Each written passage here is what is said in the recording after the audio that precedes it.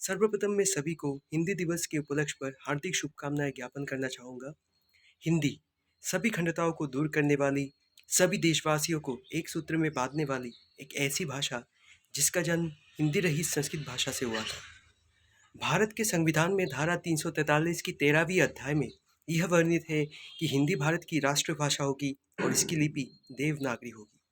लेकिन संघ के राजकीय भाषा में प्रयोग होने वाले अंकों का रूप अंतर्राष्ट्रीय होगा।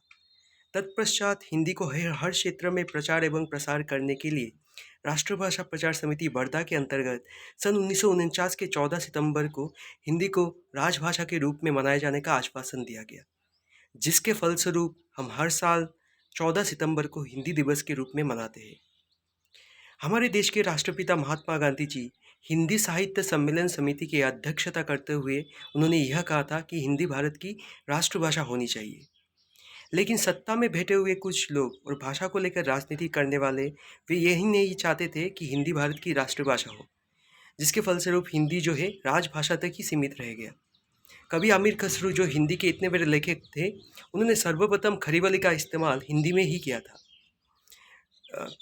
हमारे देश के प्रधानमंत्री लाल बहादुर शास्त्री जी जय जवान जय किसान का नारा देते हुए उन्होंने हिंदी को ही देश को एक करने के लिए माध्यम बताया था। कविगुरु रविंद्रनाथ टैगोर जो बांग्ला भाषा के इतने बड़े ज्ञापक थे, उन्होंने हिंदी को ही स्वतंत्रता संग्राम में एक करने के लिए एक माध्यम बताया था।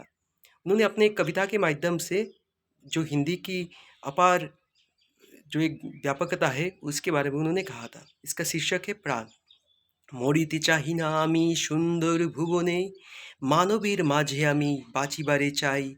এই সূর্য করে এই পুষ্পিত কাননে, জীবন্ত হৃদয়ে মাঝে যেন স্থান পাই।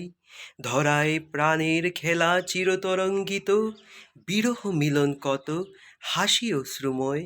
মানবীর সুখে দুঃখে গাতিয়া সঙ্গীত, যেন কো রচিতে পারি অমর আলোয়। তা যদি না পারি তবে বাঁচি যতকাল, तुम्हारी माঝখানে लॉबी जेनोटाई। तो इस तरीके से हिंदी को हर क्षेत्र में प्रचार एवं प्रसार करने के लिए जो हमारे देश के बहुत सारे लोगों ने अपना जो है महत्वपूर्ण भूमिका पालन किया था। लेकिन आज भी हम देखते हैं कि कोई आदमी अगर हिंदी में दो बात बोल दे तो उसको अनपढ़ गवार बोला जाता है। लेकिन हमें विश्वास है कि अगर हम अपने इस भाषा को आगे तक लेकर जाना चाहते हैं तो हमें एक साथ मिलकर एकजुट होना पड़ेगा। अंत में मैं अपने इस वक्तव्य को ख़त्म करते हुए एक कविता के द्वारा व्यक्त करना चाहता हूँ।